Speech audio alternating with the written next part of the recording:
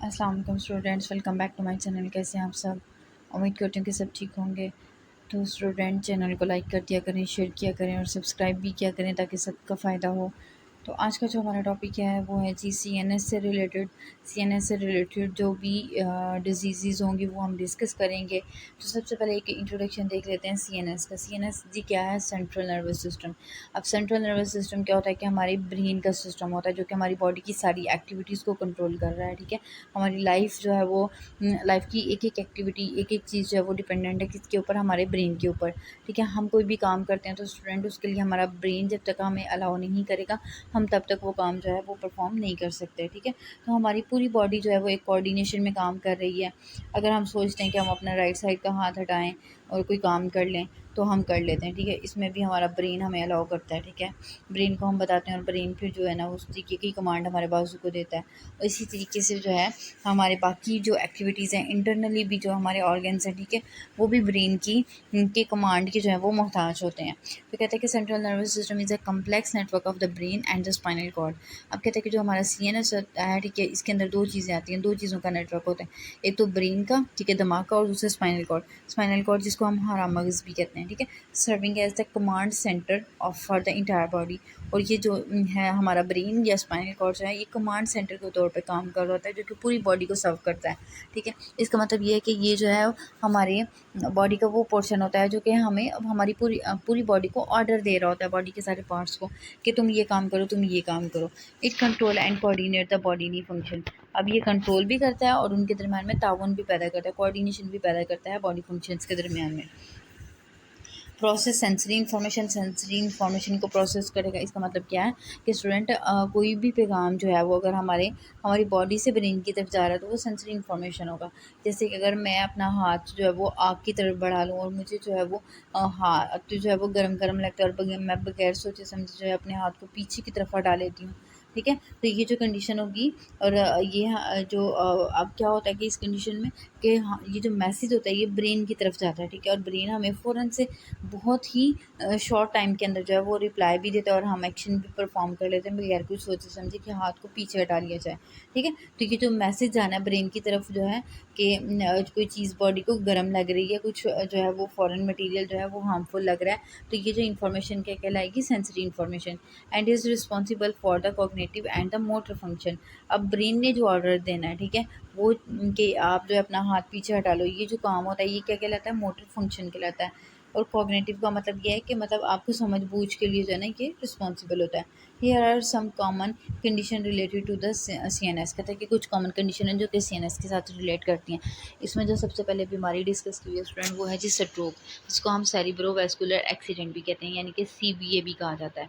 ठीक है, तो सीबीए क्या है कि स्टूडेंट एक ऐसी कंडीशन होती है जिसको हम सेरिब्रोवैस्कुलर एक्सीडेंट भी कहते हैं। Occur when there is a sudden disruption of the blood flow to the brain. कहते हैं कि इसमें जो है ब्लड जो है ब्रेन को उसकी सप्लाई के अंदर डिसरप्शन आ जाती है, रुकावट आ जाती है। ठीक है, जिसकी वजह से जब ब्लड नहीं जाएगा तो मतलब ऑक्सीजन नहीं जाएगी, और ऑक्सीजन नहीं जाएगी तो ब्रेन के टिश्यूज़ क्या हो जाएंगे? डैमेज होने शुरू हो जाएंगे। ठीक है, और अल्टीमेटली डेथ की तरफ चले जाएंगे।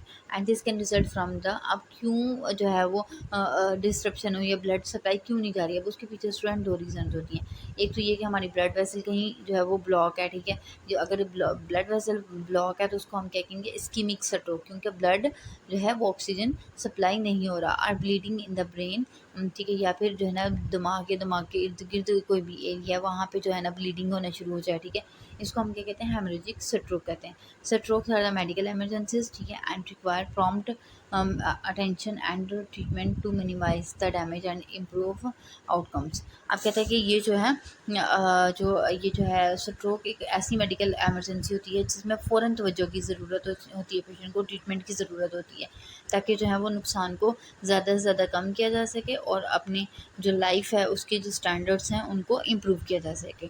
अब काजेज़ देखते हैं तो सबसे पहले इस्कीमिक स्ट्रोक की उसने बात डिस्कस की हुई है। इस्कीमिक स्ट्रोक वो जिसमें जो है वो ब्लड सप्लाई जो है वो नहीं जा रही। ठीक है, कोई भी ब्लॉकेज आ जाती है या फिर क्लॉट जो है वो जम जाता है।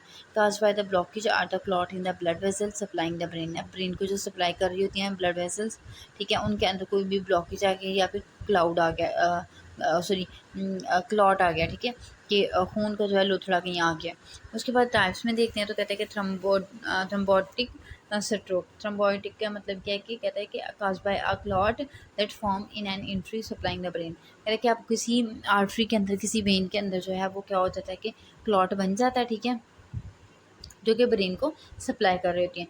एम्बोलिक के अंदर कहते हैं कि cause by the clot that travel to the brain. कहते हैं कि अब इसमें क्या होता है कि जो क्लॉट होता है वो ट्रैवल करके ब्रेन की तरफ चला जाता है, यानी उसकी फॉर्मेशन कहीं और होती है, किसी और बॉडी के पार्ट में हो जाएगी, जैसे हार्ट है, दिल में हो जाएगी, ठीक है, और वहाँ से वो मूव करता हुआ जो है वो ब्रेन में चला जाएगा और लीड करेगा एम्बोलिक स्ट्रोक की तरफ।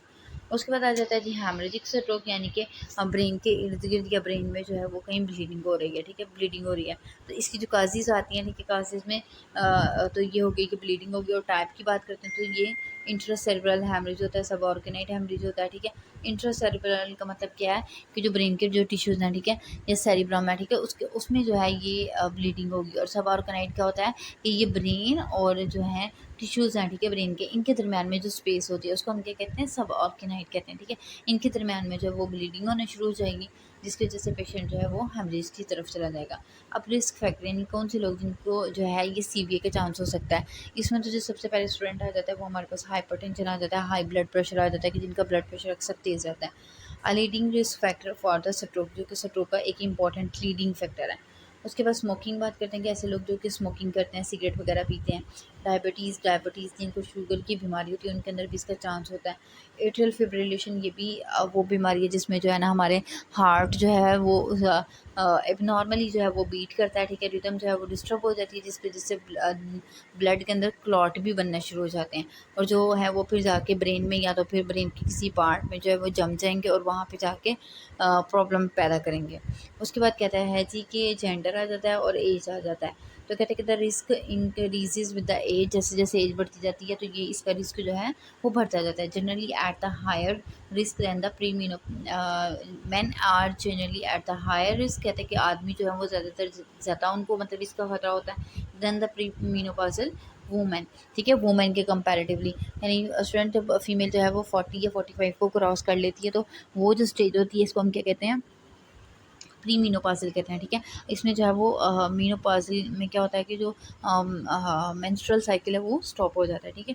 तो इस एज में कहता है कि मेल की फीमेल के कंपैरेटिवली मेल के अंदर जो है इसका चांस जो है वो ज़्यादा होता है। उसके बाद सिम्पटम देखते हैं, तो सिम्पटम को याद करने के लिए उसने जो है वो आपको एक हेडिंग दी है, एक हिंट दिया है जिसको हम फास्ट कहते हैं, ठीक है। अब फास्ट का में एफ जो है इससे मतलब है फेस, ए से आर्म, एस से स्पीच और टी से टाइम। अब ये 3-4 सिम्पटम आएंगे। सबसे पहले फेस पे क्या होगा कि फेस के ऊपर वीकनेस होगी, या फिर उसकी वन साइड की जो उनकी जो फेस के मसल्स हैं वो क्या हो जाएंगे, ड्रॉप हो जाएंगे, लटक जाएंगे। आर्म्स के अंदर कहते हैं कि inability to lift the both arm evenly, ठीक है, दोनों बाजुओं को एक साथ ऊपर उठाना उसके लिए क्या होगा, मुश्किल होगा, नामुमकिन होगा।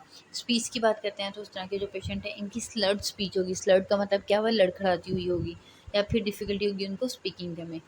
टाइम इज़ क्रूशियल, कहते हैं कि टाइम भी इसमें बहुत मैटर करता है, ठीक है। Seek medical emergency medical condition, कहता है कि इसमें मेडिकल ये जो है वो अटेंशन की ज़रूरत होती है, ठीक है। If any of these symptom are observed, कहता है कि अगर इनमें से कोई भी एक सिम्टम जो है वो अपीयर होता है उस कंडीशन में। डायग्नोसिस की बात करते हैं तो क्लिनिकल असेसमेंट आ जाता है, यानी इसमें मेडिकल हिस्ट्री आ जाती है, फिजिकल एग्जामिनेशन आ जाता है।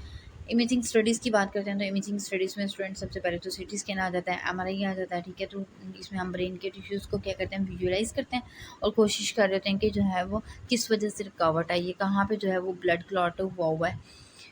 उसके बाद आ जाता है जी एमआरआई वगैरह करवाई जाती है, ठीक है, और आइडेंटिफाई किया जाता है। उसके बाद ट्रीटमेंट की बात करते हैं, इस्कीमिक स्ट्रोक में कहता है कि थ्रोम्बोलाइटिक थेरेपी दी जाती है। थ्रोम्बोलाइटिक थेरेपी जिसको हम पुलिस भी कहते हैं, कहते हैं कि इसमें इंट्रावेनियसली हम लोग जो है वो ब्लड क्लॉट को डिसॉल्व करने वाले जो है ना इंजेक्शन देते हैं, ठीक है। आईवी जो है हम इंजेक्शन देते हैं जो कि जो ब्लड क्लॉट जहाँ पे कहीं पे बना होता है उसको डिसॉल्व कर देते हैं, ख़त्म कर देते हैं और ब्लड फ्लो को रिस्टोर कर देते हैं। उसके बाद आ जाता है जी मैकेनिकल थ्रम्बेक्टमी आ जाता है, यानी आपने उस जो थ्रम्बस है, ठीक है, जिसने रुकावट वहाँ पे पैदा की है उसको रिमूव कर देना है और उसके लिए अपने कैथीटर जो है ना उसको डालना है, ठीक है, और ब्लड क्लॉट को जो है वो रिमूव करने की कोशिश करनी है। उसके बाद आ जाता है जी हेमरेजिक स्ट्रोक। हेमरेजिक स्ट्रोक में कहता है कि treatment aims to control the bleeding, reduce pressure on the brain. कहता है कि जो है जो ट्रीटमेंट का मेन मकसद क्या होता है कि ब्लीडिंग को कंट्रोल करना और ब्रेन के ऊपर प्रेशर ना पड़े, ठीक है, क्योंकि ब्लीडिंग होगी तो ब्रेन के ऊपर प्रेशर भी आएगा।